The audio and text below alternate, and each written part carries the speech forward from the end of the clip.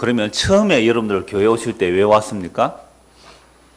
금요일 저녁 성경 공부하면서 이런 질문을 했어요. 여러분들 교회 처음 올 때 왜 교회를 왔습니까? 라고 질문을 했습니다. 그래서 여러 가지 답이 나왔는데요. 어떤 분은 내가 좀 괜찮은 사람 되려고 교회를 왔대요. 지금도 좀 괜찮은 사람인데 더 괜찮은 사람 되려고 왔고요. 어떤 사람은 엄마 뱃속부터 왔으니까 할 수 없이 왔다고 하는 사람도 있고, 어떤 사람은 외로워서 왔대요.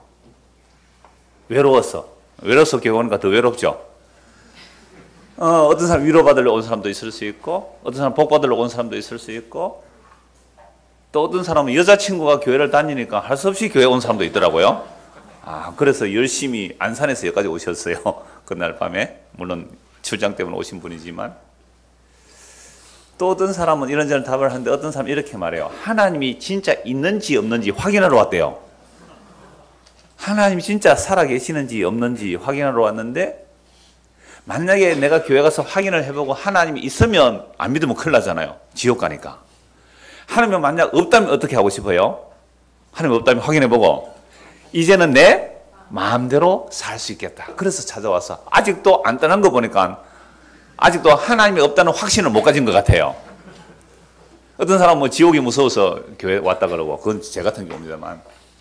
그래서 리처드 도킨슨이라는 사람이 만들어진 신이라는 책을 썼거든요. 이 사람 과학자, 영국 사람인데요.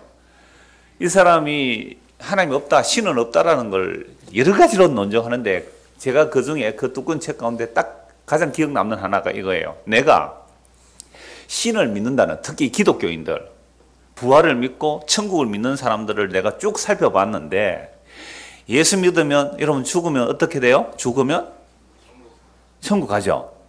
물론 일반적인 개념으로 우리가 예수 믿으면 우리 안에 이미 천국 임해야 되는 거지만, 어떤 예수 믿고 죽으면 어디 가요? 자신이 없어요, 사람들이. 우리 예수 믿고 죽으면 어디 가요? 그럼 천국이 좋아요, 땅이 좋아요? 그럼 죽기를 원해야 되죠. 그런데 아무도 죽기를 원하는 사람이 없더라는 거예요. 그 사람이 보니까. 자기도 뭐 신학 목사도 만나보고 교수도 만나고 수많은 예수 믿는 사람 만나보는데 죽음을 세상 사람들보다 더 벌벌 떨면서 안 죽으려고 하더래요. 오히려 세상 사람들, 철학한 사람들은 죽음을 내가 초월해야지 하고 스스로 죽는 사람도 있고 이런데, 예수 믿는 사람이 안 죽으려고 더 바둥바둥 발부둥 치는 거 보니까 기독교 가짜다. 리처드 도킨슨이 그런 얘기 했어요. 우리를 볼 때 세상 사람들이 너희들 정말 천국 있는 거 믿니? 너 하늘나라에 있음을 믿니? 내가 너희를 보니까 안 믿어. 그러니까 하나님이 없어. 그래서 리처드 도킨슨 사람이 뭐라고 했냐면, 하나님 없는 것으로 자기는 확인했으면 어떻게 해요? 버스 광고편에, 그 시내 버스에 자기가 돈 내가 광고판을 붙였어요. 신은 없다. 신은 없다. 신이 없다고 생각해 보세요. 여러분 얼마나 홀가분하게 살 수 있습니까? 괜히 신이 있다는 그 두려움 때문에 쫄아가지고, 요즘 말로 쫄아가지고 마음대로 하고 싶은 것도 못하는, 그래서 하나님 있는지 없는지 확인하러 자기가 보니까 없더래요. 아무리 세상을 논증을 다 뒤지고 과학적으로 보고 기독교인을 보았지만 누구가 없더라? 하나님 없더라. 그래서 어떻게 하자? 내 마음대로 살자. 자, 마태복음 10장을 한번 보십시오. 우리가 성경 공부하면서 이걸 보고 제가 말씀을 드린 내용인데요. 마태복음 10장. 여러분들 교회에 와서 하나님이 있는지 없는지 확인해보고 없으면 그냥 마음대로 사는 게 편하잖아요. 근데 제가 한 10분에게 물어보니까 단 한 명도 교회 처음 나올 때에 죽으려고 온 사람이 아무도 없더라는 거예요. 죽기 위하여 교회로 온 사람이 없어요. 마태복음 10장 보십시오. 39절입니다. 10장 39절. 같이 한번 읽읍시다. 자기 목숨을 얻는 자는 잃을 것이요 나를 위하여 자기 목숨을 잃는 자는 얻으리라. 교회로 온 사람들의 이유가 목숨을 잃으려고 와서요, 얻으려고 하세요? 뭐라 그랬어요? 잃으려고. 진짜요? 그럼 지난주 왜 안 왔어요? 아가 아프든지 뭐 감기가 들었든지 진짜 잃으려고 하면 교회 오다가 죽어야죠. 그러니까 살려고 안 왔죠. 벌써 뾰록 났어요. 그러니까 우리는 교회를 와도 내가 예수를 믿고 지옥 안 가고 영원한 생명 얻으려고 살려고 왔죠. 그래요. 처음 올 때 다 살려고 왔어요. 나는 예수님과 함께 죽어야지. 그렇게 교회 오신 분 한번 손 들어보세요. 아무도 없잖아요. 꼭대기, 지붕 꼭대기 십자가 달아놓으면 뭐합니까? 십자가는 무슨 표시예요? 그럼 그 십자가 지붕 꼭대기 안으로 들어간다는 것은 나는 뭐하러 들어간다? 죽으려고 가야죠. 죽으려고 가야죠. 그런데 십자가가 부정이 되어버렸어요. 도끼의 방망이 되어버렸어요. 누가 그 십자가를 찾아서 교회당 찾으면 뭐 찾아야 돼요? 십자가 찾아야 되잖아요. 그래서 외국 사람들이 한국에 와서 비행기 내리려고 김포공항에 내려보니까 세상에 공동묘지가 왜 이렇게 크냐 이러더래요. 공동묘지가 왜 이렇게 크냐. 그것도 빨간 네온 사인이 얼마나 많아요. 그러면 보세요. 십자가가 달렸다는 것은 뭐 표지예요? 죽음의 표지예요. 그럼 우리는 교회당에 찾아올 때 십자가 보고 찾아왔다면 우리는 십자가 없습니다. 뭐 달 데도 없고. 그래서 안 죽구나. 이 옥상에 정탑을 크게 하나 세워야 되겠다. 돈을 좀 많이. 옥상에 이거 우리 이 건물 전체에 우리가 몇백만 원 기부를 하면 돼요. 그냥 옥상은 공용이기 때문에 허가를 받아야 돼요. 운영위원회. 제가 운영위원회 감사합니다. 이거. 그러면 허가 받아서 하나 올릴까요? 그러니까 십자가를 달아놓으면 뭡니까? 기독교의 신분이 십자가로 하면 뭡니까? 그걸 보고 내가 함께 죽으려고 해야 되는데 죽으려고 하는 사람 아무도 없단 말이에요. 그러니까 우리는 10명, 11명 다 물어봤지만 우리는 다 살려고 왔지 죽으려고 온 사람은 한 명도 없었습니다. 그래서 보십시오. 38절, 10장 38절. 또 자기 십자가를 지고 나를 따르지 않는 자도 내게 합당하지 아니하니라. 그래서 34절에 보면 내가 온 것은 화평을 주러 온 것이 아니라 금을 주러 왔다. 그래서 아버지와 그러니까 그 사람의 아버지와 아들이 또는 딸이 어머니와 며느리가 시어머니가 불화하고 사람의 원수가 집안 씻고 37절 아버지나 어머니를 나보다 더 사랑하는 자는 내게 합당하지 아니하고 아들이나 딸을 나보다 더 사랑하는 자도 내게 합당하지 아니하며 또 자기 십자가를 지고 나를 따르지 않는 자도 내게 합당하지 아니하니라. 보세요. 다른 평행 본문에서는 자기 목숨도 미워하지 않으면 내게 합당치 않다. 그럼 우리가 예수를 믿고 교회당에 간다 하는 사람은 이제 물어볼게요. 그러면 교회를 왜 와야 됩니까? 그죠? 교회를 왜 나오는 거예요? 죽으려고 오는 거죠. 여기서 또 하나의 허점이 있어요. 교회 와서 내가 죽으면 뭘 얻는다? 생명 얻으려고. 요거는 죽으려고 한 거예요? 살려고 한 거예요? 또 살려고 하는 거죠. 맞잖아요. 살려고 하면 죽을 것이고 죽으려고 하면 산다 그러니까 이건 이순신 장군 말이에요. 생적사, 사적생. 그러면 그것도 전쟁에 나는데 용감하게 죽으려고 막 나가면 살 수 있다. 그런데 막 살아남으려고 피하면 화살이 나와서 박힌다. 뭐 이런 식이잖아요. 그런데 이순신 장군은 용감하게 나갔다가 조총 맞아 죽잖아요. 이것도 결국은 사적생, 죽으려고 하면 살고 살려면 죽는다는 것도 살려고 이 말이 나온 거잖아요. 살려고. 우리는 태어나면 본성적으로, 본능적으로 살려고 한단 말이에요. 근데 살려고 하는 이 욕망 자체가 죽은 자의 욕망이거든요. 허물거지로 죽은 상태에서 내가 나를 살리려고 하는 거죠. 그러니까 죽을 수밖에 없는 거잖아요.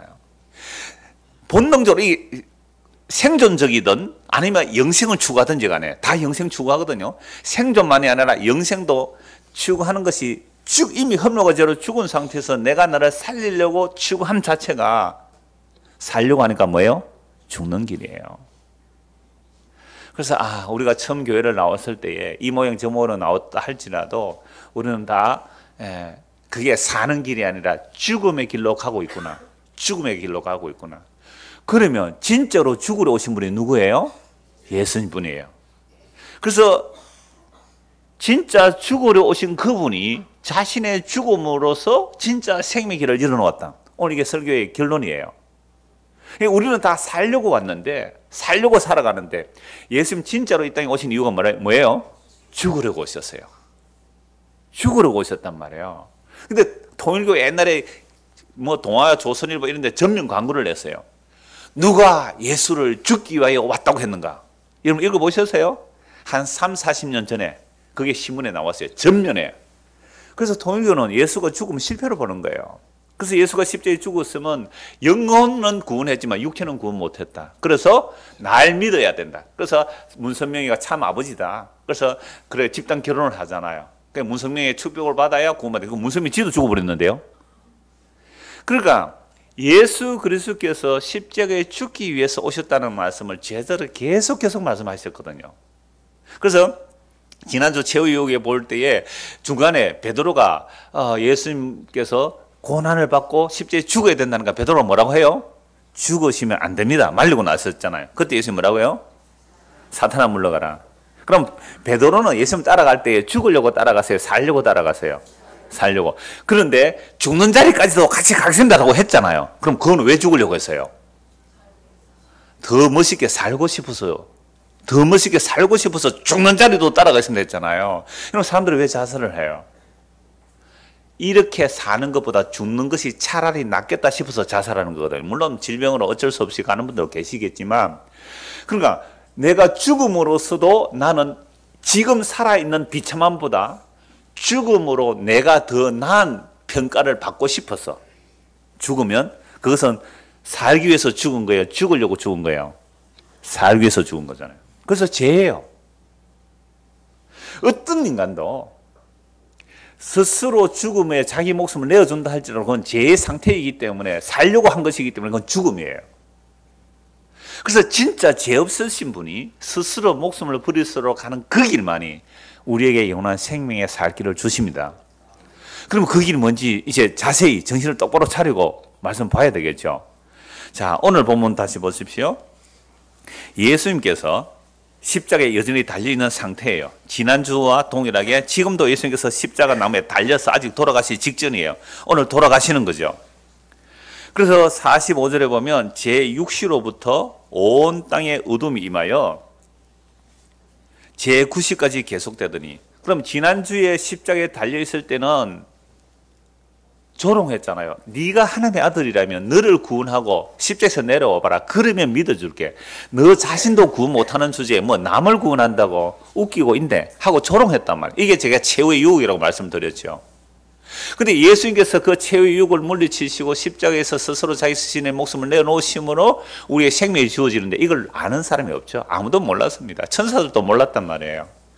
그래서 십자가에 달리는데 마가복음 보면 제6시에 십자가에 달리세요. 제3시에 십자가에 달리세요. 3시는 아침 9시예요. 그러니까 밤새 신문받고 아침 일찍부터 십자가 처형을 한 거죠. 그리고 예수님 십자가 달리는 전체 시간이 6시간인데요. 그러니까 3시간 동안 온갖 조롱 다 당하는 거죠. 그리고 3시간 동안 일어나는 일이 오늘 본문의 내용이에요. 그래서 45절에 보면 제6시로부터 온 땅의 어둠이 임하여 제9시까지 계속되더니, 그러니까 6시라는 말은 6만 더하면 돼요. 그럼 12시죠. 근데 9시는요 6 더하면 오후 3시예요. 그러니까 정오부터 오후 3시까지 갑자기 뭐가 임합니까? 어둠이 임해요. 그래서 십자가에 달린 이 3시간 동안 일어난 일 세 가지를 중심으로 보는데요. 일단 어둠이 캄캄하게 일어났다. 이 말은 뭐가 연상이 됩니까? 여러분 출애굽기에서 유월절날 유월절날이 일어나기 전에 10가지 재앙이 주어지죠. 마지막 재앙이 일어나기 전에 9번째 재앙이 뭐예요? 캄캄한 어둠이죠. 3일 동안 캄캄한 어둠이 임하는데 대낮인데 더듬거려야 할 정도의 캄캄한 어둠이 3일 동안 계속되었어요. 근데 어디는 빛이 있었어요? 고센 땅, 이스라엘 백성이 사는 빛이 있었단 말이에요. 그러니까 예수님께서 지금 십자가 10번째가 이제 장자의 죽음이잖아요. 그 장자의 죽음 직전에 캄캄한 어둠이 애고 온 땅을 뒤덮고 있었다. 3일 동안. 그렇다면 지금 예수님께서 십자가를 지시는 자리에서 돌아가시 직전에 뭐가 임했다고요? 3시간 동안 캄캄한 어둠이 임한 거죠. 그런데 출애굽할 때는 고센 땅에는 빛이 있었는데 지금 어디에 캄캄한 어둠이 임하는 거죠? 예루살렘이에요. 시사하는 바가 뭐죠? 세상의 빛은 하나도 없다. 예루살렘에도 어둠이다. 대제사장 성경 바리새인이 있는 율법 지키는 그 성전에도 캄캄한 어둠이 임한 거죠. 전부 어둠이에요. 전부 어둠이래. 이게 십자가 지시기 직전에 캄캄한 어둠이 임하는 거죠. 그리고 이 어둠이 임했다는 것은 요한복음에 보면 빛이 어둠의 빛이 돼 어둠이 빛을 깨닫지 못하더라. 빛을 미워하여 사람들은 빛으로 안 오더라. 어둠을 사랑해서 빛으로 안 오더라. 이 요한복음 1장부터 3장의 내용이거든요. 예수님이 빛이 오니까 어둠이 그 빛을 미워하더라. 그럼 이 어둠이 누구였어요? 율법 잘 지키는 사람들, 대제사장들, 서기관들, 바리새인들, 율법에 의로 흠이 없다는 그들이 빛이었다니까요. 그런데 자기들은 뭐라고 생각하고 살았어요? 우리는 빛이다 하고 살았어요. 우리는 빛이다. 그게 에세네파, 바리새파, 사두개파, 그 다음에 그 여심당원들, 그 파들이 많지만 그들은 다 자기들이 뭐라 그랬을까요? 우리가 빛의 아들이다. 우리가 렘난트, 남은 자다. 우리가 메시아 오면 맞이할 거다. 이러고 있는 거예요. 그래서 어떤 교단에는 신학교를 렘난트 신학교라 그래요. 남은 자 신학교래요. 자기들만 남았대요. 신천지는요, 자기들만 빛이래요. 오늘 장로님이 제보고 마지막 때에 추수꾼이 되게 해달라고 그랬는데. 그러니까 신천지는 자기들만, 통일교는 자기만 빛이래요. 장로교는 자기들만 빛이래요. 순복음 자기들만 빛이래요. 감리교는 침례교는 전부 다 자기들만의 빛이라 그러고 살잖아요. 그런데 예수님 십자가 달리실 때는 어디까지도 캄캄한 어둠이었어요? 예루살렘까지도 다 어둠이었어요. 오늘 정말 주님의 십자가 앞에 선다면 내가 뭐로 드러나는 거죠? 캄캄한 어둠으로. 내 살려고 했던 모든 짓들이라고 했습니다. 내가 살려고 했는 생존에 관한 일만 아니라 내가 영원한 생명까지 얻으려고, 그 죄인 주제에 영생까지 얻으려고 어디까지 왔어요? 교회당까지 왔어. 살려고 영원한 생명 얻으려고 하는 그 짓들이 캄캄한 어둠이 발견되는 사람, 그런 사람이 택한 사람이에요. 그런 자들은 십자가 앞에서 주여 나는 죽어 마땅한 자이고 저주받아 죽는 그 예수의 죽음이 바로 나의 죽음임을 인식하는 자들, 이들이 지금 빛이 비춰지는 사람들이에요. 그런데 뭐 교회 나와서 나 좀 더 괜찮은 사람 되려고요. 그래서 괜찮은 사람 되려고 와서 말씀을 보니까 괜찮은 사람 되기는커녕 나는 완전히 구제불능임을 알아가는 거죠. 이게 예수님의 십자가의 복음이라는 내용이에요. 누가 이걸 환영하고 누가 이걸 받아들이겠어요? 다 잘나고 싶은데, 내 이름이 높아지고 싶은데. 이번 토요일 날 어느 교회에 임직식을 해요. 제보고 교인들을 건면해달래요. 교인들을.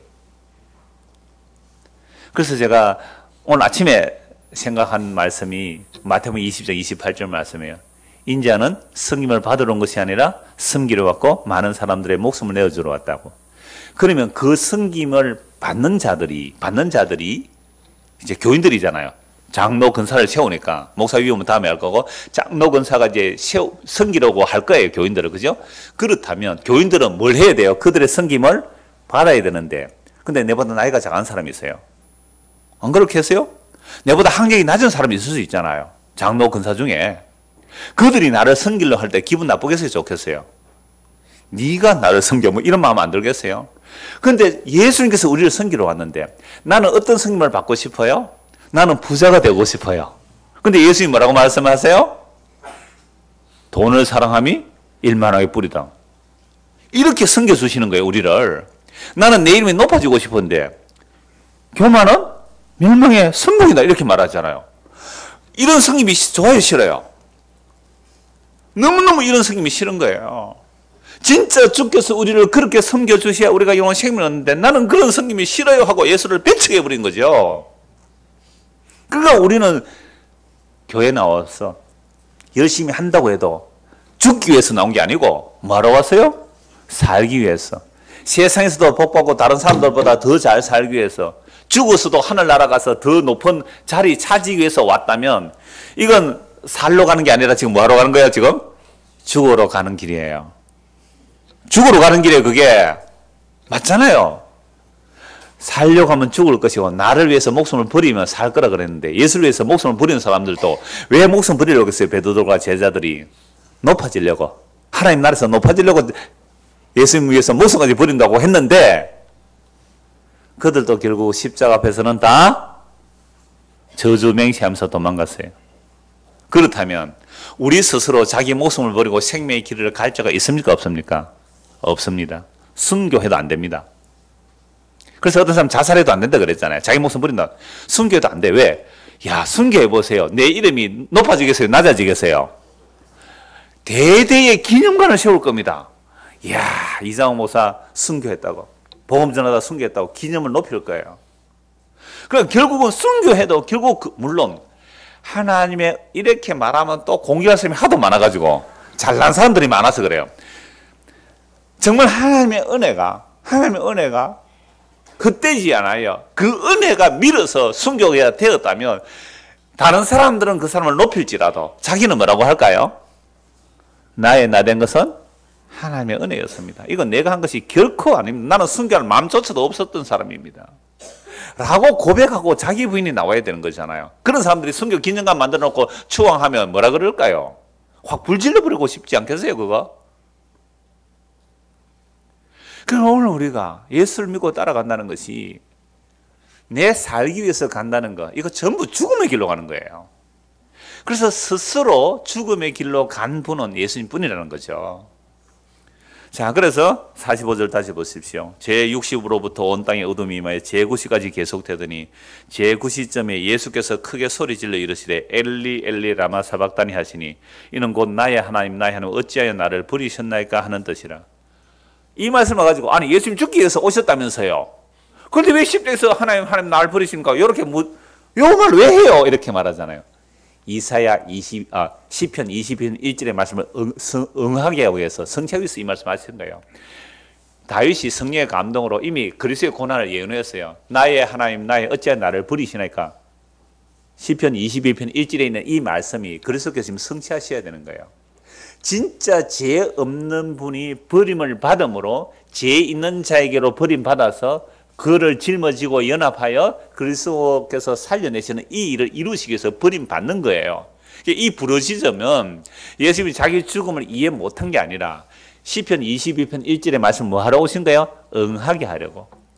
내가 목마르다. 가상칠은 나오잖아요. 내가 목마르다 한 말도 뭐예요? 말씀을 응하게 하려고.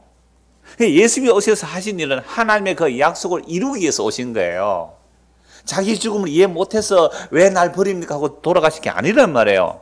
시편 22편 말씀 1000년 전에 다윗이 그리스도의 영에 의하여 예언한 그 말씀을 이루기 위해서 이 말씀을 하시는 거예요. 그래서 예수님은 하나님의 모든 약속을 뭐 하러 오신 거예요? 이루기 위하여. 예수님은 자기 의지가 없어요. 자기 뜻이 없어요. 오직 아버지의 뜻을 이루기 위해서 오셨단 말이에요. 그런데 우리는 우리의 뜻이 가득하잖아요. 아버지의 영원한 뜻을 아들이 이루기 위해서 십자가에서 지금 엘리 엘리 라마 사박다니 하면서 돌아가시는 거예요.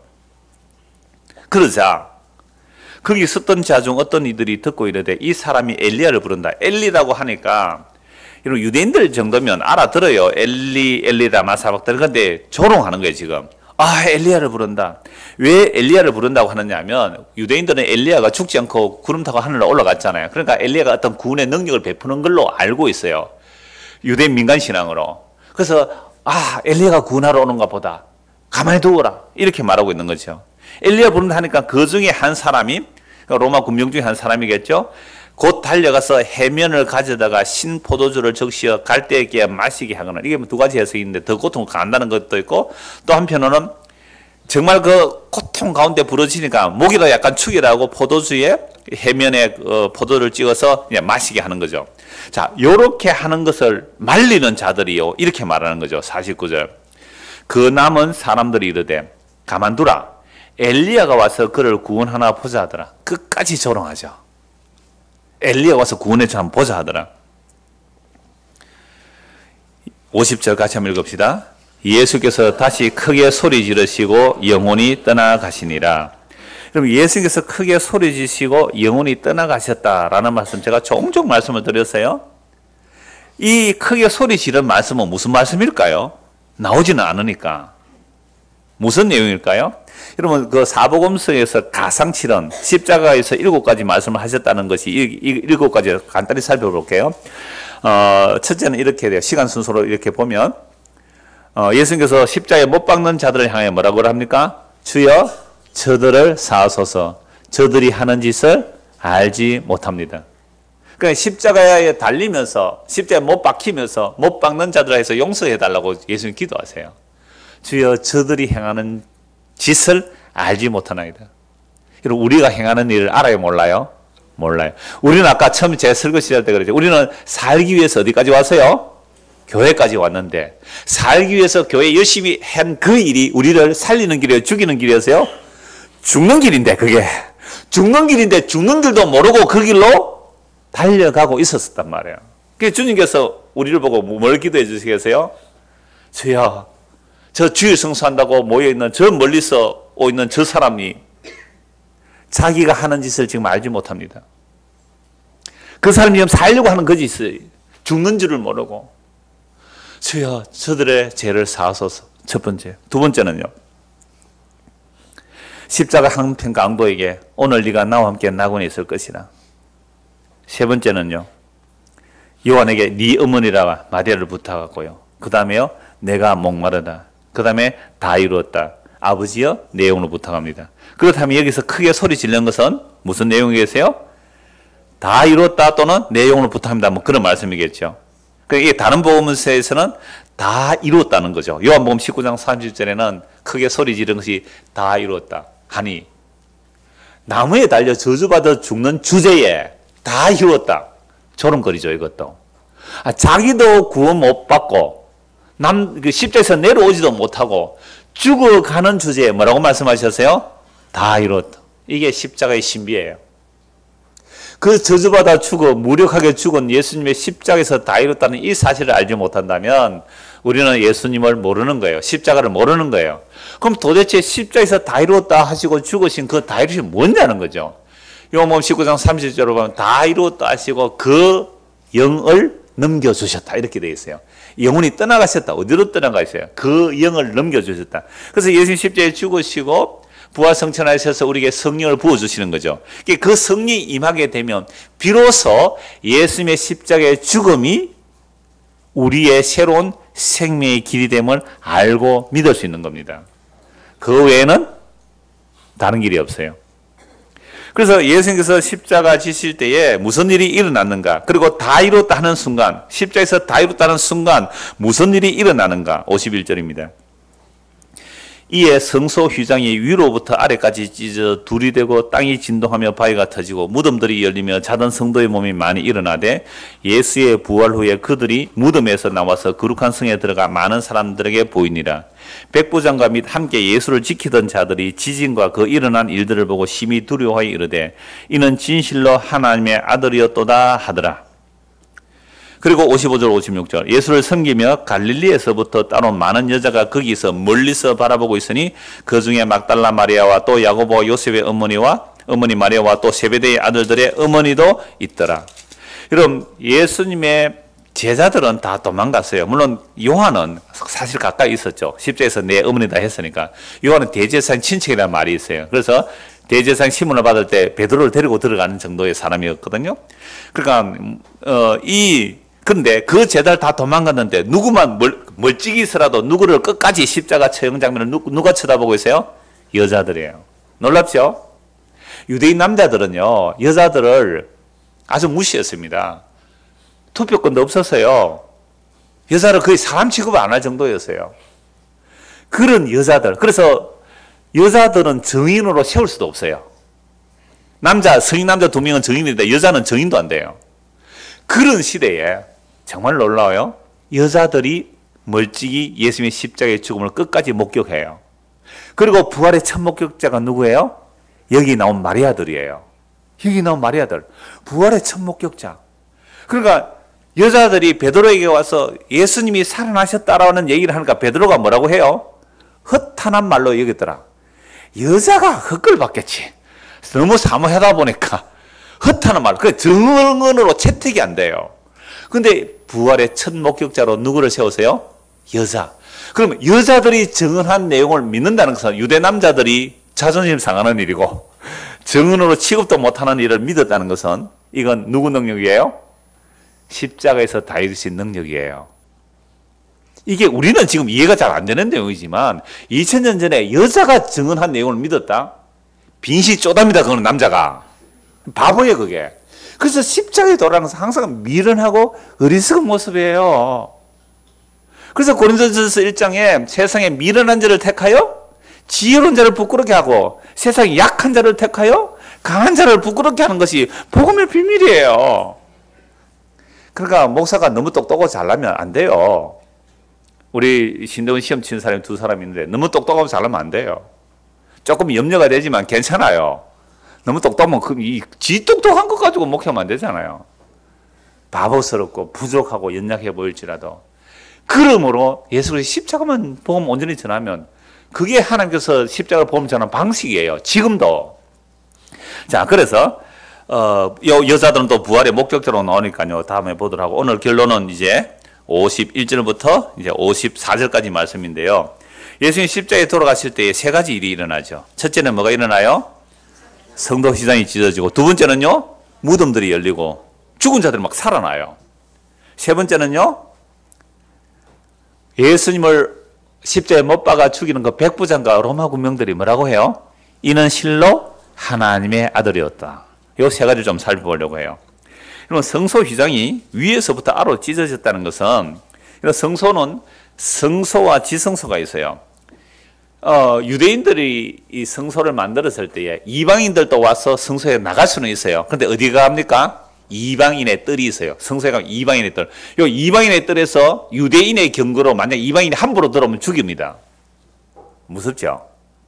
이 정도로 유대인들의 자기들 성전에 대한 자부심 대단해요. 그래서 바울이 이방인 디도를 데리고, 디모데와 디도를 데리고 성전에 왔다고 난리를 친 거 아시죠? 성전 더럽혔다고, 죽이자고. 성전에 들어간 거 아니거든요. 이방인을 데리고 왜 성전에 들어왔느냐고 바울 죽이려고 한 사람들이 유대인들입니다. 그 이방인의 뜰, 그 다음에 유대인들의 뜰, 유대인들의 뜰이도 여자들이 들어올 수 있는 뜰, 남자들이 들어갈 수 있는 뜰, 그 다음에요 레위인들이 들어갈 수 있는 뜰, 그 다음에 제사장이 들어갈 수 있는 뜰. 지성소는 누가 들어가요? 대제사장이 1년에 한 번 대속죄일에 어린 양의 피를 들고 들어가야만 들어갈 수 있는 지성소. 이 지성소는 1년에 한 번 들어가는데 만약 제사장도 잘못 들어가면 죽임당하는 지성소. 그 성소와 지성소를 가로막고 있는 그 두꺼운 그 천막은 실을 직조해서 손으로 정말 이렇게 직조해서 짜는 건데요. 얼마나 두꺼운지 손바닥 두께만 하대요. 이 직조된 두께가 이 손바닥 두께만큼만. 그러니까 이거 뭐 제사장이 수백 명이 들어 올려야 되는 그런 무게래요. 근데 이 휘장이 밑에서 찢은 것도 아니고 위에서 찢어서 아래로 두 쪽에 나버린 거죠. 예수님 십자에서 다 이뤘다는 순간 그 성소와 지성소의 휘장이 찢어져 버렸어요. 이게 무슨 이야기죠? 성소와 지성소 사이의 휘장이 찢어졌다는 것은 예수님의 죽으심으로 인하여 진짜 지극히 거룩한 곳으로 나아갈 수 있는 뭐가 열린 거예요? 길이 열린 거죠. 이건 에덴 동산을 생각해 보십시오. 아담이 타락했어요. 선악과를 따먹었습니다. 선악과를 따먹고 나면 정령 죽으리라. 그래서 에덴 동산에서 아담과 하와를 추방하는 이유가, 왜 추방하는 거예요? 선악과를 따먹은 채로 뭘 받으면? 생명나무 열매를 먹으면 안 되게, 그건 저주거든요. 선악 체계 하에서 생명을 받아버리면 이건 저주이기 때문에 생명나무로 못 가도록 천사들이 두루도는 불칼로 에덴 동산을 지키고 있어요. 뭐 다른 데는 문이 없으면 에덴 동쪽으로 쫓아내요. 동쪽만 지키면 다른 데 문이 없어요. 아예. 성전에도 하나님의 영광이 들어오는 것은 어디예요? 동쪽입니다. 그러니까 동쪽만 지키면 되죠. 다른 데 문이 없으니까. 그래서 그게 누가 지키고 있어요? 천사들이. 여러분, 천사들은요 영적 존재이기 때문에 우리처럼 불침번 서다가 막 졸고 아니랍니다. 지금 몇 사람 졸고 있는데 막 졸고 안 그래요. 24시간 그것도 무슨 칼 들고요? 불칼을 들고. 창세기 3장 22절 24절 읽어드릴게요. 여호와 하나님이 이르시되 보라, 이 사람이 선악을 아는 일에 우리 중 하나같이 되었으니 그가 그의 손을 들어 생명나무 열매도 따먹고 영생할까 하노라 하시고, 여호와 하나님이 에덴 동산에서 그를 내보내어 그의 근원이 된 땅을 갈게 하시니라. 이같이 하나님이 그 사람을 쫓아내시고 에덴 동산 동쪽에 그룹들과 두루 도는 불칼을 두어 생명나무의 길을 지키게 하시니라. 그룹들이라는 것은 천사를 상징해요. 그룹들이 두루도는 그 화염금을 가지고 불칼을 들고 서 있는 거죠. 어떤 인간도 스스로 생명나무로 나아갈 수 없도록 조치를 하신 거예요. 그러니까 인간이 노력해서 생명나무로 나아가면 어떻게 돼요? 다 죽어요. 천사들에게 죽어요. 못 나갑니다. 쫓아냈단 말이에요. 그러니까 선악과 따먹은 채로 생명나무 먹으면 안 되는 거예요. 그래서 생명나무 가지 못하도록 막아두어 버렸습니다. 근데 그 천사들 이름을 뭐라 그래요? 그룹. 뭐 대기업 그룹 얘기 아닙니다. 그룹. 근데 성소 휘장에 무엇을 새기는지 아세요? 그룹을 새겨요. 천사의 날개 같은 모양을 그룹을 새겨. 그러니까 직조한 그 휘장이 그룹이 새겨지는 거죠. 아, 그러면 에덴 동산하고 십자가 돌아가시는 상문화 같지요? 그러니까 에덴 동산 추방된 자가 생명으로 못 가는데 예수님 십자가에 죽으심으로 그 그룹에 지키는 그 불칼, 그 그룹 천사들이 벽들이 뭐요? 무너진 거예요. 이제 무슨 길이 열린 거예요? 생명의 길이 열린 거예요. 성경은 이미 창세기에서 다 십자가로 인한 하나님의 자기 백성의 구원을 이야기하는데 그걸 계시적으로 숨겨놓아서 발전시켜서 그리스도가 딱 드러났을 때 이걸 확 풀어주는 거예요. 그래서 히브리서 10장 한번 찾아봅시다. 히브리서 10장 19절.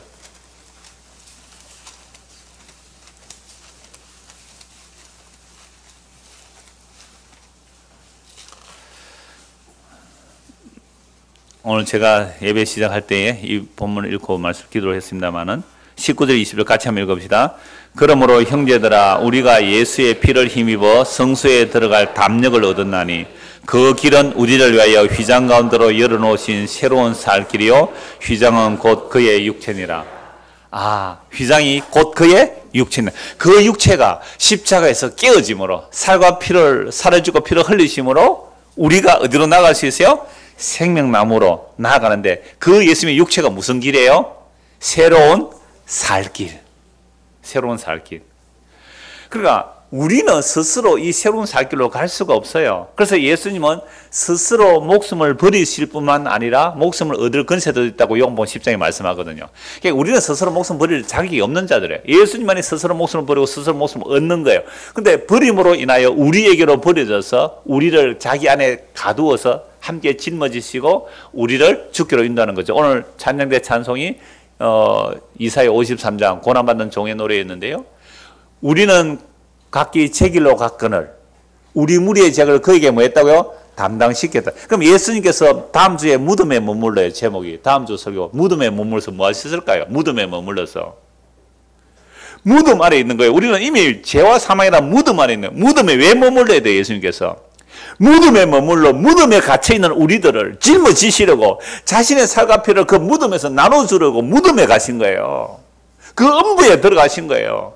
그래서 우리에게 살과 피를 주셔서 그래서 죽은 자들이 주의 음성을 들을 때가 오늘 곧 이때라. 듣는 자는 살아나리라. 그 무덤 아래로 가신 거예요. 예수님께서. 이 다음 주 설교할 내용이에요. 무덤에 머물러서 뭐 하셨어요? 우리의 살과 피를 주신 거예요. 여러분 시체가 썩으면요 제일 먼저 생기는 게 뭐예요? 물론 예수님께서 시체 썩으신 게 아니에요. 3일날 부활하셨으니까.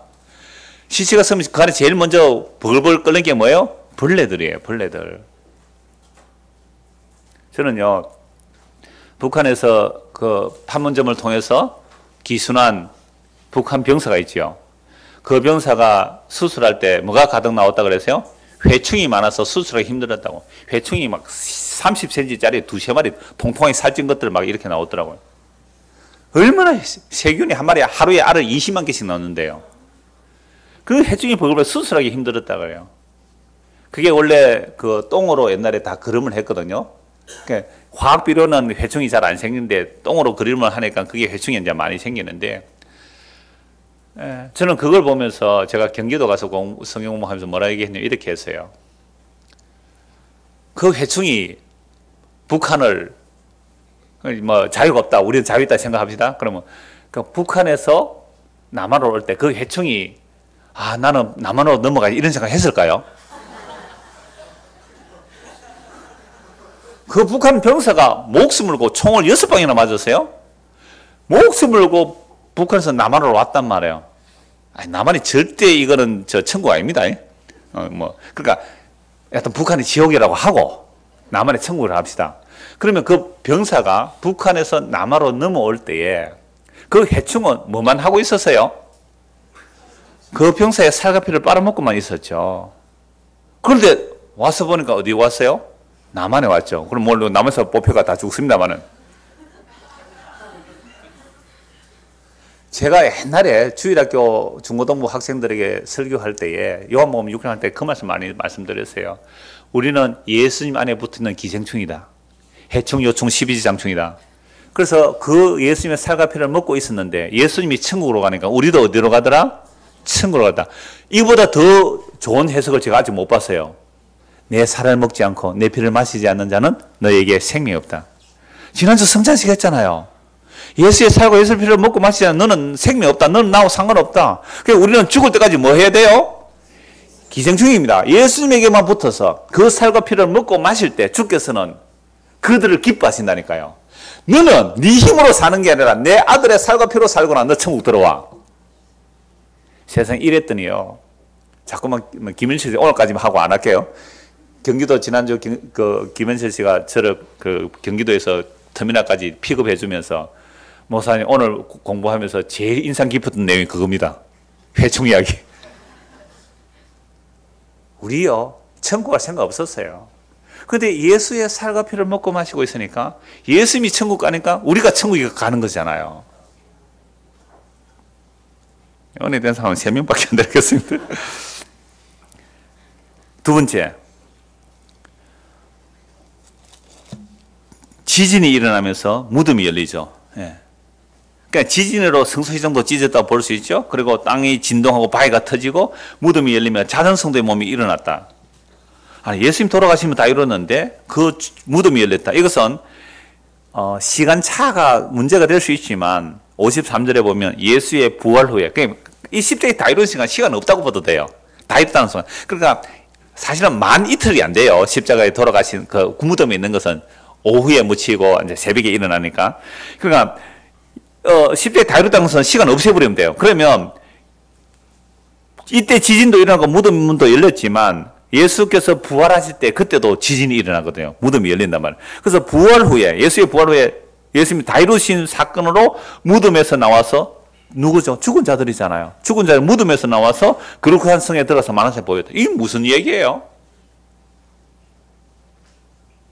예수님이 십자가에 돌아가시고 다 이루다는데 무덤에서 사람이 살아났대. 우리나라 무덤은 이해를 못하죠. 우리는 관에 넣어가지고 나올까 싶어서 나무 못 박아가지고 땅에 넣어가지고 밟고 또 밟고 그다음에 봉문까지 세워가지고 절대 못 나도록 꽁꽁 눌러놨잖아요. 그런데 유대인들은요. 돌문에 돌문. 그 시신을 돌로 바위를 파고 거기에 시신을 놓고 그냥 살이 썩도록 자연스럽게 놓아놔요. 그러니까 배만 사고 올려놓는 것이죠. 배만 사고. 그러니까 죽은 지 오래 안 된 사람은 아직 그대로 있을 거 아니에요. 그러니까 그리스도 안에 약속을 받은 저는 남은 자라고 보여. 그들 몇 사람이 살아난 거죠. 그게 있을 수 있는 이야기입니까? 이렇게 하는 눈치 같아 지금 보니까. 예수님께서 창조주세요. 그거 못 하시겠어요? 그런데 이 사건이 구약에 나와요. 여러분 열왕기하 제가 읽어드릴게요. 열왕기하 13장 20절 21절 엘리사가 죽으니 그를 장사하였고 해가 바뀌어 모압 도적대들이 그 땅에 온지라 마침 사람을 장사하는 자들이 그 도적대를 보고 그의 시체를 엘리사의 묘실에 들어 던지매 시체가 엘리사의 뼈에 닿자 곧 회창에 일어나더라. 이게 엘리사 시대예요. 북이스라엘입니다. 사람이 죽어서 이제 장사로 가요. 무덤에 이렇게 열린 무덤에 굴을 파놓고 거기에 이제 장사로 가야 되니까 시체를 들고 가다가 모압 도적대가 오는 거예요. 놀래가지고 시체를 어떻게 해요? 던져버리는데 마침 그때 엘리사 무덤이 돌이 좀 이렇게 무너졌던지 그죠? 열려있는 무덤이었겠죠. 그래서 그 동굴에 그냥 갖다 확 던져버렸죠. 시체를. 왜? 지 살려고. 그러니까 이 시체가 누구 뼈에 부닥쳤어요? 엘리사 뼈에 부닥쳐서 시체가 벌떡 살아나서요. 여러분 이거 믿습니까? 문자대로 믿어요. 봐라, 문자대로 믿으니까 아무도 안 해요. 문자대로 일어난 건 맞잖아요. 거짓말로 이거 했을까요? 단지 우리에게 비유의 설명일까요? 아니에요. 진짜 살아난 거잖아요. 이 사건을 제가 이 열왕기 할 때 말씀드렸잖아요. 하나 그리스도의 영이 임한 자가 엘리사거든요. 그리스도의 영이 임한 엘리사가 죽어도 그 그리스도의 영이 임하여 약속한 그 엘리사의 그 약속의 능력은 죽어도 상관없이 유효하다. 그래서 죽은 자가 살아난다. 이 말씀을 보여주는데 오늘 말씀과 연결하면요. 예수 십자가에 죽는 순간이에요. 그죠? 죽는 순간에 죽은 자가 뭐예요? 살아났다. 오늘 이 시대에는 십자가 이후로 오늘 이 시대는 진짜 죽은 자가 살아나도 예수 믿어요, 안 믿어요? 안 믿어요. 그런 기적 바라지 마세요. 그런 기적 아니라 이 기록된 복음의 말씀을 통하여 예수님 십자가에 죽으시고 부활하심으로 우리가 죽고 살아납니다 라는 이 말씀의 선포에 아멘이 되신다면 여러분들은 죽고 부활한 거예요. 이 이야기예요. 그래서 함께 죽고 살아났다는 게 딴 게 아니에요. 예수님 십자가에 죽으시고 부활하셨다는 얘기는 우리의 죄에 대해서 그리스도께서 죽으시고 우리를 의롭다고 해서 살아나신 거예요. 예수를 믿는다는 말은 죄에 대해서 죽고 의에 대해서 살아난 자들이에요. 그러니까 물론 이 땅에 발 떼고 사는 죄의 땅에서 살고 있지만 그러나 우리가 영원한 생명을 얻은 자로서 살아가는 이게 예수 믿는 삶이거든요. 이게 엘리사의 죽음에서 예수 십자가의 죽으심에 죽은 자들이 살아난 이야기가 이 이야기죠. 세 번째, 백부장이에요. 여러분 십자가 체험 한두 번 해봤겠어요? 이 백부장이 로마의 군병들이 한두 번 십자가 체험을 시켜본 수십 명 수백 명을 시켜본 사람인데 예수님의 가상칠언을 가장 가까이서 들은 사람이 백부장이에요. 로마의 군병들이에요.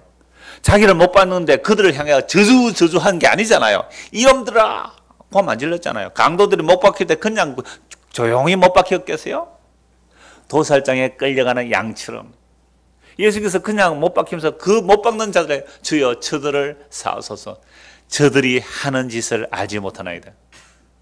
강도에게 뭐라고 말해요? 오늘 네가 나와 함께 낙원에 이르리라. 여러분 이런 이야기를 들었을 뿐만 아니라 지진이 일어나고 어두워지고 약간 자연적인 두려움에 두려워할 수도 있어요. 백부장이. 근데 그런 거 한두 번 바뀌었어요. 천둥 번개 치는 거 한두 번 바뀌었어요. 로마의 백부장 정도면 저 얼마나 많은 전투에 나서 사람을 죽이고 갑자기 하늘이 어두워지고 캄캄하고 천둥 번개 내서 여름에 갑자기 캄캄해지고 한두 번 경험했을까요? 그것 때문에 두려워했을까요? 아니요. 십자가에 다 이루어지는 그 순간 그러면서 맥없이 돌아가셨는데 놀랍게도 이 백부장은 뭐라고 말해요?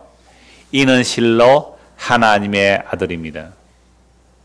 이는 실로 하나님의 아들입니다. 유대인들은 하나님의 아들을 기다렸던 유대인은 다 도망가는데 이 예수의 십자가에 못 박아 죽이는 그 백부장은 이는 실로 하나님의 아들입니다. 이게 십자가에서 다 이뤘다 할 때 일어난 놀라운 세 가지 일이죠. 자, 첫째 뭐가 일어났어요? 성소 이장이 찢어짐으로 예수님의 육체였고 이것이 새로운 무슨 길이요? 살 길이고 두 번째는요. 무덤에서 죽은 자들이 살아나요. 오늘 이 복음의 선포에 아멘하는 자는 죽은 자가 살아나는 거죠. 세 번째는요. 그렇게 살아난 자는 뭐라고 해요? 이는 실로 하나님의 아들이야. 십자가에서 저주받아 죽은 그 예수를 보고 이는 실로 하나님의 아들입니다. 이게 오늘 성도에게 다 일어난 거죠. 오늘 우리가 예수를 믿으면 이게 다 일어나요. 그러므로 오늘 저와 여러분이 예수를 믿는다는 것은 우리가 생명의 길로 절대 갈 수 없어요. 우리 교회 와서도 내 살기 위해서 왔지 죽으려고 온 자 아무도 없단 말이에요. 그죠? 교회 올 때 죽으려고 왔어요? 살려고 왔어요? 저 멀리서 여기까지 왜 왔어요? 살려고. 어떤 분이 그래요. 목사님 나는 내 영혼이 살아야 되겠습니다. 죽으려고 온 거예요. 나는 여기 있으면 내가 전에 있다가 내 영혼이 살려야죠. 내 영혼이 살기 위해서 왔습니다. 이어서 못 살려줍니다. 제가 못 살려줍니다. 그 영혼 살리려고 하는 그 당신이 죽으십시오. 내 영혼을 살려야 되겠다는 그 욕구, 그 갈망을 죽으십시오. 뭐 죽어서 내가 죽습니까? 그 욕망을 그리스도께서 우리에게 오셔서 함께 죽여주세요. 내가 그리스도와 함께 십자가에 못 박혀 죽었나니 그런데 이제 내가 산 것이 내 안에 그리스도께서 사신 것이라. 이제 내가 육체 가운데 사는 것은 나를 사랑하사 자기의 목숨을 버리신 하나님의 그 아들을 믿는 믿음으로 산다. 그럼 믿음으로 산다는 뭐예요? 나는 그리스도와 함께 죽은 삽니다. 요거 확인하려고 뭐하러 오는 거예요? 교회 오는 거예요. 그러니까 자기 죽음을 확인하러 오시면 돼요. 교회는. 아, 나 죽었지. 언제? 2000년 전에. 그 사람 죽었지. 죽음을 확인하러 오는 곳. 야, 얼마나 멋있어요. 그래서 와서 뭐 해야 돼요? 니 죽었나? 니 죽었나? 아니야, 덜 죽었네. 에이, 그런데 톡톡, 야, 나 죽었어, 이미. 말 죽었어. 버터덕 되지 마. 이미 죽었어. 이 말 하는 거. 그래서 제가 김하전 얘기를 많이 해요, 김하전. 천군백군 막 김하전 할 때 모자 빼앗고 하고 막 이런데 저쪽에서 막 백군이 일단 졌어요. 천군이 이겼단 말이에요. 근데 이쪽에서는 뭐 하고 있어요?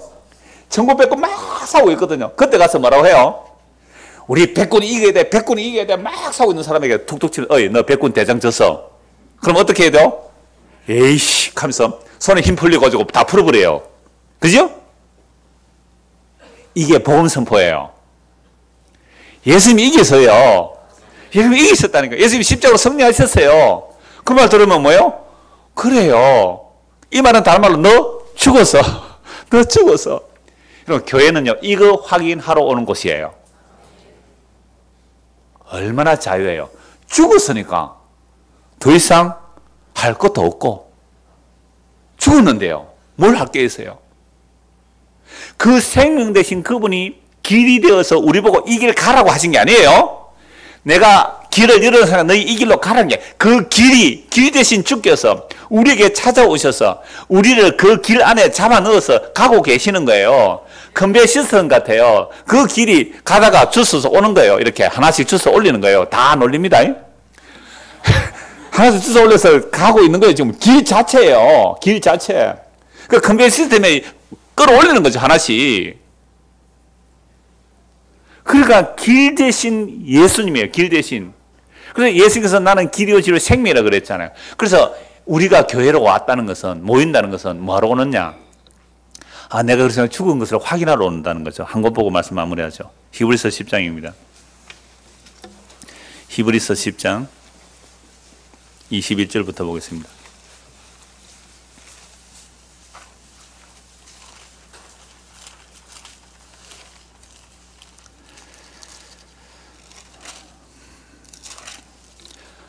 (21절부터) 보죠. 또 하나님의 집 다스리는 큰 제사장이 계시며, 우리가 앞에 읽었죠. 19절은요. 그러므로 형제들아, 우리가 예수의 피를 힘입어 성소에 들어갈 담력을 얻었나니 그 길은 우리를 위해 휘장 가운데로 열어놓으신 새로운 살 길이요 휘장 곧 그의 육체니라. 또 하나님의 집 다스리는 큰 제사장이 계시며, 우리가 마음에 뿌림을 받아, 무슨 뿌림을 받아요? 피 뿌림을 받아 악한 양심으로부터 벗어나고 몸은 맑은 물로 씻음을 받았으니, 말씀이죠. 그 피 뿌림이, 말씀이 육신이 되어 오셔서, 그 말씀이 육신이 되어 오셔서 그 피 뿌림이죠. 그냥 말이나 사실 피나 같은 의미예요. 그러니까 우리가 예수님의 피 뿌림을 받아서 악한 양심으로 벗어나고 몸은 맑은 물로 씻음으로 받았으니, 이게 새 언약이죠. 에스겔 36 중에 물로 씻음을 받았으니 참 마음과 온전한 믿음으로 하나님께 나가자. 또 약속하시는 이는 믿으시니 우리가 믿는 도리의 소망을 움직이지 말고 굳게 잡고 서로 돌아보아 사랑과 선행을 격려하며 모이기를 피하는 어떤 사람들의 습관같이 하지 말고 오직 권하여 그 날이 가까움을 볼수록 더욱 그리하자. 그러니까 주님 가까이 올수록 우리는 뭐 하자고요? 모이기를 피하는 자들 어떤 생각하지 말고 오직 그날에 가까운 더욱 그리하자. 우리가 진리라는 지식을 받은 후, 복음입니다. 짐짓 죄를 범한 적, 무슨 죄예요? 복음을 버리는 거죠. 우리가 진리라는 지식을 받은 후 짐짓 죄를 범한 다시 속죄는 제사가 없고, 예수님만 믿으면 심판이니까요. 오직 무서운 마음으로 심판을 기다리는 것과 대적하는 자를 태울 맹렬한 불만이 있으라. 그러니까 우리가 주일마다 모여서 이렇게 뭘 얘기하는 거예요? 이 이야기 28절, 모세의 법을 폐한 자도 두세 증인으로 말미암아 불쌍hin을 받지 못하고 죽었거든. 하물며 29절 같이 읽읍시다. 하물며 아들의 아들을 짓밟고 자기를 거룩하게 한 언약의 피를 부정한 것으로 여기고 은혜의 성령을 욕되게 하는 자가 당연히 받을 형벌은 얼마나 더 무겁겠냐 너희는 생각하라. 그래서 우리에게 주께서 십자가로 다 이루시고 그 성령을 부어주시면요, 그 성령 무슨 성령이에요? 은혜의 성령이죠. 29절 보세요. 은혜의 성령이잖아요. 예수 십자가에서 다 이루었다 하시고 그 영을 넘겨주시다. 그 성령을 우리에게 부어주시죠. 십자가로 다 이루신 그 성령이 우리에게 오면 은혜의 성령입니다. 은혜의 성령은 무엇을 증거할까요? 우리가 거룩하게 되는 것은 우리의 행위가 아니라 무엇으로 거룩하게 된다고요? 언약의 피죠. 그래서 은혜의 성령이 임하게 되면 예수의 핏뿌림이 우리가 거룩한 백성이 되는 거죠. 그 일을 이루신 분이 누구예요? 하나님의 아들이죠. 이게 성령이 임한 가장 분명한 증거입니다.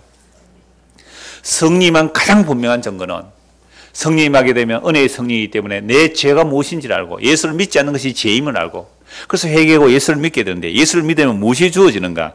은혜의 성령이 약속하신 거예요. 은혜의 성령이 알게 해주세요. 우리를 거룩하게 한 것은 우리의 행위가 아니라 하나님의 언약의 피로 우리를 거룩하게 한 것입니다. 그러므로 그분이 하나님의 아들입니다. 하나님의 아들이 십자가에서 다 이루심으로 우리가 거룩하게 되었습니다. 단번에 영원히 우리가 거룩하게 되었습니다. 이게 예수 믿는 거예요. 이 말 하러 모이는 거예요. 근데 이게 얼마나 잘 잊어버리기 쉬운지 아세요? 예배당 문 열고 나가는 순간 잊어버리는 거예요. 왜요? 세상은 인과율의 세상이거든요. 은혜의 세상이 아니란 말이에요. 그러니까 잊어버려요. 그래서 우리는 또 모이는 거죠. 언제까지요? 주님 오시는 그날까지, 우리 생명 다하는 그날까지 와서 뭐 하자는 거죠? 아, 내가 죽었구나. 그런데 그 그리스도 안에서 죽었구나. 그래서 죽었다는 말은 은혜의 성령 우리에게 임하여 그 하나님의 아들, 그 언약의 피가 우리를 단번에 영원히 거룩하게 하셨고, 그 하나님의 아들이 지금도 살아계셔서 우리에게 뭐하고 계세요? 피를 뿌리고 계시는 거죠. 그 십자가 안에 살아가는 자를 성도라 그럽니다. 이런 자들은 죽었기 때문에 더 이상 내가 나의 욕망을 따라 추구할 내용이 없어요. 주께서 밀어붙여서 하시는 일 있으면 하시면 돼요. 그건 주께서 하기이기 때문에 자기 자랑할 것도 없고 자기 비전 세울 것도 없어요. 주께서 밀어붙이시면 하면 되는 거고, 또 안 되면 안 하면 되는 거잖아요. 그럼 세상 살아가는 것은 열심히 살아가세요. 이마에 땀 흘릴 만큼 열심히 사는 것이 지극히 당연한 삶이고요. 그래서 예수님이 우리에게 뭐가 되세요? 길이며 진리이며 생명입니다. 그 예수 믿고 사는 저와 여러분 되기를 소원합니다.